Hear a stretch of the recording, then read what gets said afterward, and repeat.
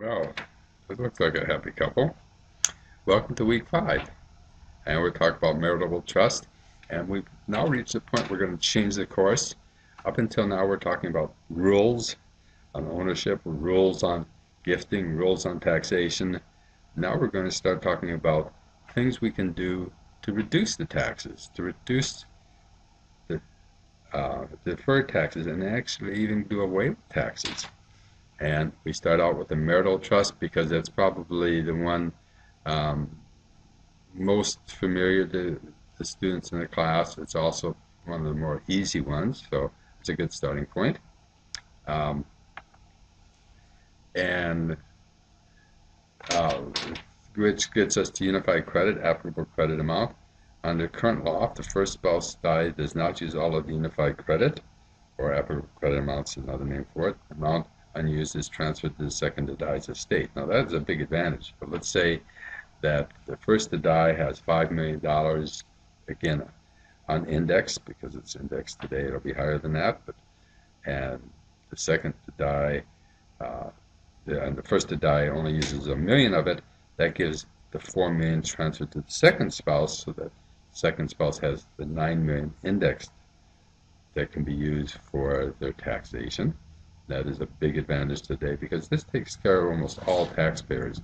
Relatively few taxpayers will be subject to taxation under the new laws for several reasons. One is not many states are that big, and second, there's so many of the ways to get out of paying taxes or deferring taxes or minimizing taxes that will result in very few actually having a lot of tax bills involved.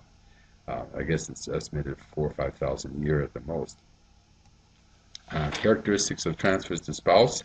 There's no limitation on the amount of property that qualifies for the marital transfer of death, so long as the surviving spouse is a U.S. citizen. So if I have cash, if I've got real estate, I've got investments, I give it to the spouse at death, it's not taxed, as long as there's no restrictions on it. However, if the spouse is given a terminal interest, the marital deduction does not apply unless there's a statutory exception. So I give it to the spouse, would say she can have it till the kids turn 25, or she can have it till she remarries. That becomes terminal interest, and therefore now I have something that is not qualified for deduction from the estate, and will be included in the tax because I wasn't qualified in marital deduction. Now, that's not a bad idea at times because it allows me to make use of the lifetime exemption, and with lifetime exemption of the $5 million, which we talked about, indexed. Now, it's $5 million today, but what if it goes back to $1 million or 600,000, which is what it was just 12, 14 years ago? One of the trusts that becomes very popular for use in transferring to the spouse is a general power of appointment trust, which rather than giving the assets directly to the spouse, we put it in a trust and have the benefits of a trust by having a trustee and separate control, etc. So at the death of the first party, a trust provides the surviving spouse with a general power of appointment. And this is qualified for marital deduction as it's the net effect of giving the spouse a general power appointment is they have the full right to use the assets that are in that estate. So the advantages are that we get a total amount taken out of the estate for estate tax purposes. The spouse has a trust that has the assets in that they can do what they want with those assets. And having a power of appointment, they can transfer it to their own assets or keep it separate. I always encourage the client to put it in with their own assets so that we don't have any administrative expenses of keeping up a trust or doing property audits, etc. Because if you have a trust, you have fiduciary responsibility, and you got worries about all those things associated with fiduciary responsibilities, which could be doing accounting and etc. So transferring over to their own personal lives takes away that fiduciary responsibility. A terminal interest trust provides for the surviving spouse. We have terminal interest as an interest that ends upon an event or a contingency. Now, what doesn't considered a event or contingency? First of all, going back to the second week, the simultaneous death statute. Another example is the A trust, which we just talked about in the previous chart with an income for life feature.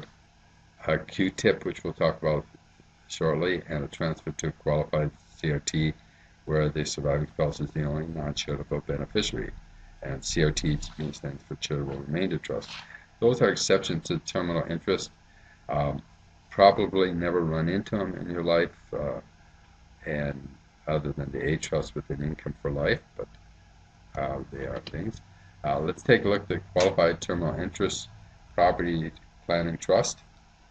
Qualified terminal interest treatment is allowed if an irrevocable election is made by the donor, spouse, or the executor for Q-tip. In other words, it's got to be an election. The surviving spouse must receive a qualified income interest for life. And if election is made to include a second to die estate as qualified deduction, and the estate will be imputed to the second to die's estate. So it gets it into the second to dies if that election is made, and many times it makes sense. The way I look at it is Q-tip gives me a choice. I can either put some assets in the first to die, some assets in the second to die, and whether or not I use the election, and then I can also make a determination of how much I want to put in each. Maybe I don't want to have all of it in, or maybe I do want to have it all put in one. And I don't have to worry about that, however, and what makes it unique, until I file the tax return for the first to die.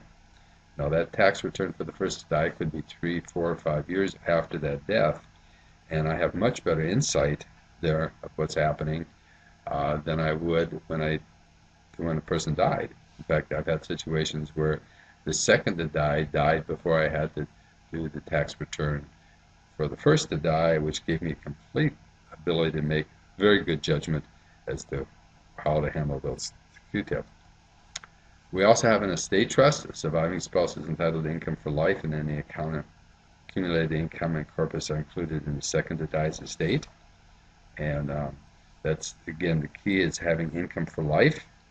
And it's actually designed for a situation where both spouses are fairly affluent, and the first to die, he says, okay, if you want to, you can have the income that you need, and if you don't need the income, why don't you put it back into the corpus so that the kids can get it when you die? It's a very good method, again, for very affluent people. We have a bypass trust, which is typically referred to as the B trust, and there's no special wording for this type of trust. Its key thing is it's non-qualified. So if I have the trust and I make it non-qualified, I have a bypass trust, a non-qualified trust that allows for the first to die's unified credit to be used to reduce the taxation of the state. And that's what it's designed for. We want to have it non-qualified. That allows us to make use of unified credit. Unfortunately, if you don't make use of unified credit, you're leaving money on the table for taxation. And by using the bypass trust, we can not only defer taxation, we can also eliminate taxation on the amount of the unified credit. The trust should be funded to equal the exemption equivalent or greater, and for many states today, that will take care of the whole problem because states are under 5 million. And finally, taxes in first to die's estate and second to die has a life estate in it, thus delaying taxes to the next generation. Because again, the second to die spouse only has a life estate, therefore it doesn't go into their estate. So you can have a situation where we'll just make it similar to what I recently had. A husband was like 75 years old. His wife was in her mid-60s. They had 2 children who were in the late 30s, so that the probability is another 30 or 40 years before those assets in the bypass trust will actually be taxed. The A trust, again, is the one we call the General Power Appointment Trust, and the A trust allows for amending, disclaiming, or incorporating into their estate, and that's a degree of flexibility. Non-citizen surviving spouse, marital deduction does not apply to non-citizen And that is important for people to realize that the marital deduction only applies for death. And that when you get to QDOT, um, they are subject to permanent tax liability, and that under the QDOT, and that again is from death, not for um, the gifting. And with that's the end of our session for Marital Trust. Again, the start of where we can start to save money on trust, and that becomes important. And just bear with me as we take care of it. And you're all ready to go now to week 5.